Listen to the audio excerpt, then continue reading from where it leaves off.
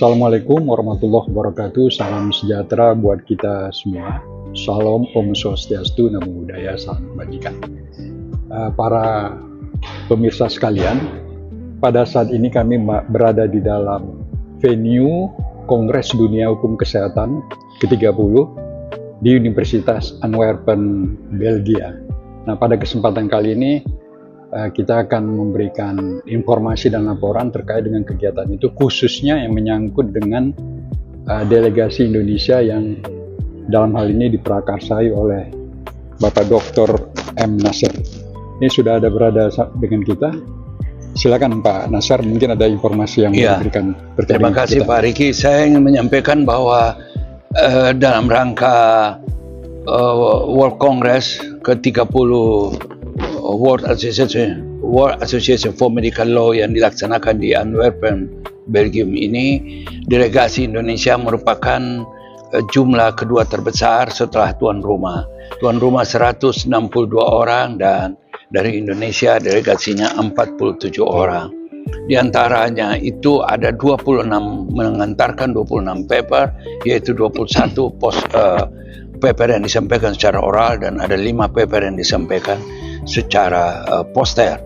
Hari ini Jumat 7 Agustus 2026 ada 3 orang serikandi Indonesia yang membawakan paper masing-masing. Dr. Cahyani Putri, Dr. Patricia Wijaya dan Ibu Mena Simarmata. Sementara itu kemarin pada tanggal 6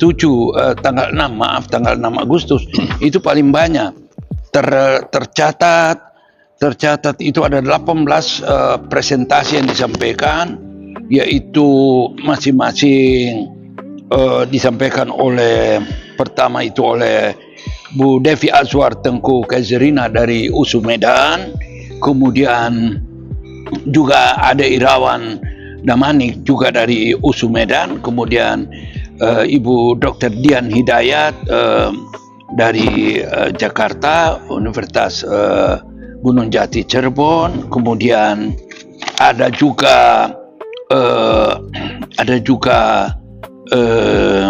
Ibu Imelda Aprilia dari Pontianak, Universitas 17 Agustus Semarang, kemudian ada Pak Baikuni Hidayat, Bu Asnaria Tarigan, Pak Gayo Sabela Gayo, Ibu Indriani Taurus, Pak Jahidin Samsul. Itu mereka berlima berada dalam satu diskusi panel mengenai medical criminal law yang kebetulan saya moderatori bersama dengan seorang ahli pidana medik dari Universitas of Gent, Belgium, yaitu Profesor Sylvia Tek. Seperti diketahui, Universitas Belgium itu adalah sebuah perguruan tinggi sangat bersejarah karena 50 tahun yang lalu WAMEL didirikan di sana. Kemudian pada hari kemarin juga Ibu Patricia Wijaya dan Renita Irawati juga melengkapi presentasinya pada hari kemarin. Kemudian ada presentasi poster juga disampaikan oleh Ibu Wilda Lumbanggaul, Ibu Dr. Sesi Ari Sitorus yang kita kenal sebagai Kepala IGD di Rumah Sakit Mayapada dan Rumah Sakit UKI Cawang. Kemudian Ibu Lucia Nirmalasari dan Ibu Ayu Puspita dari Dinas Kesehatan Jakarta Barat. Ya. Mereka ada 16 orang dan 17 itu dengan Ibu Fanti Rahmatia, dan terakhir Bu Indrawati Taurus. Beliau adalah mahasiswi semester akhir dari program Magister Hukum Kesehatan di Sekolah Tinggi Hukum Militer Jakarta. Yang juga saya perlu sampaikan bahwa hari pertama ada beberapa orang, yaitu tadi saya sebut Ibu Azwar Tengku Devi dari Medan, Sumatera Utara. Hari terakhir tadi 3 orang mereka luar biasa menyampaikan presentasinya secara sangat bagus dengan pertanyaan yang sangat efektif. Ibu Bapak sekalian, ini menggambarkan Pak Riki bahwa medical law di Indonesia itu berkembang cukup baik, hampir sama dengan di negara-negara Eropa Barat dan Amerika Serikat. Kita malah mengungguli negara-negara Eropa Utara. Kita malah tentu lebih baik dari negara-negara Afrika, bahkan di negara-negara di sekitar kita, ASEAN dan Australia, kita mungkin lebih baik karena di negara kita udah hampir sama dengan di Eropa Barat dan di Amerika. Medical law itu sudah pecah dan sudah berkembang menjadi disiplin ilmu, misalnya medical criminal law, medical civil law, medical administration law, public health law, hospital law, dan ada satu lagi yaitu medical care law. Pembagian seperti ini itu hanya ada di Eropa dan hanya ada di Amerika, Pak. Tapi di negeri kita itu sudah berkembang, walaupun perlu saya sampaikan bahwa di banyak universitas yang menyelenggarakan magister hukum kesehatan, apalagi dokter hukum kesehatan, itu sama sekali masih lama punya, masih tidak terbagi seperti ini, dan bahkan masih beranggapan bahwa medical criminal law itu bagian daripada general criminal law. Nah, ini kita di Indonesia sudah sangat maju dan sudah sangat baik. Ketika itu dilaporkan dalam sidang pleno sidang pleno dari board governor of WAML, itu disambut dengan sangat baik karena merupakan negara di luar Eropa dan Amerika yang berkembang sangat pesat.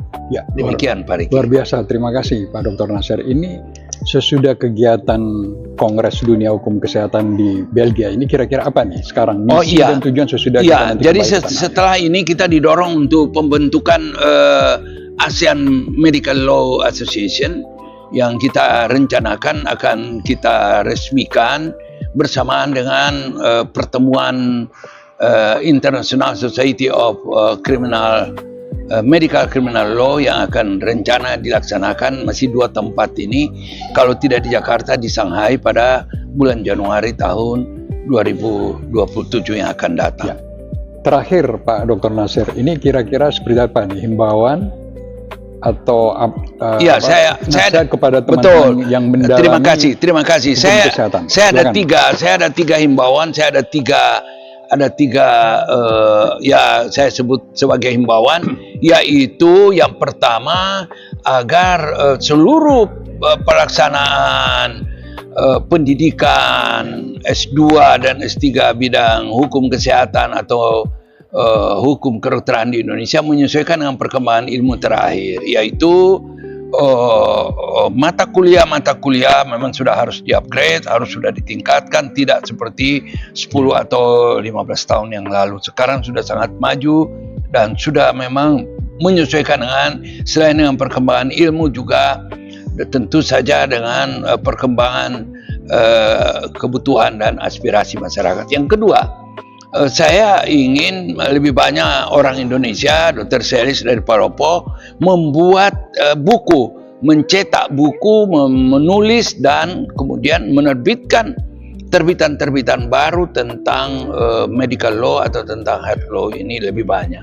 Kemudian yang ketiga, ya aktivitas hukum kesehatan di Indonesia itu harus ditularkan lewat regulasi dan peraturan perundangan kepada pemerintah kita. Seperti saudara ketahui, medical criminal law itu belum dikenal dalam tata aturan kita. Tapi secara perlahan kita juga harus mendorong pemerintah kita untuk mengadopsi pemikiran-pemikiran seperti ini.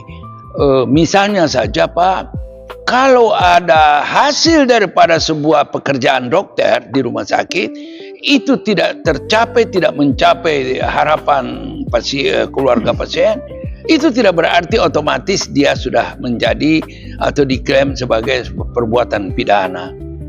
Tetapi harus tetap dikaji dari sudut pandang yang lebih luas dia ada di mana sebabnya ini. Bisa saja sebabnya itu terkait dengan keadaan tubuh, konstitusi tubuh dari pasien yang disebut dengan contributory negligence.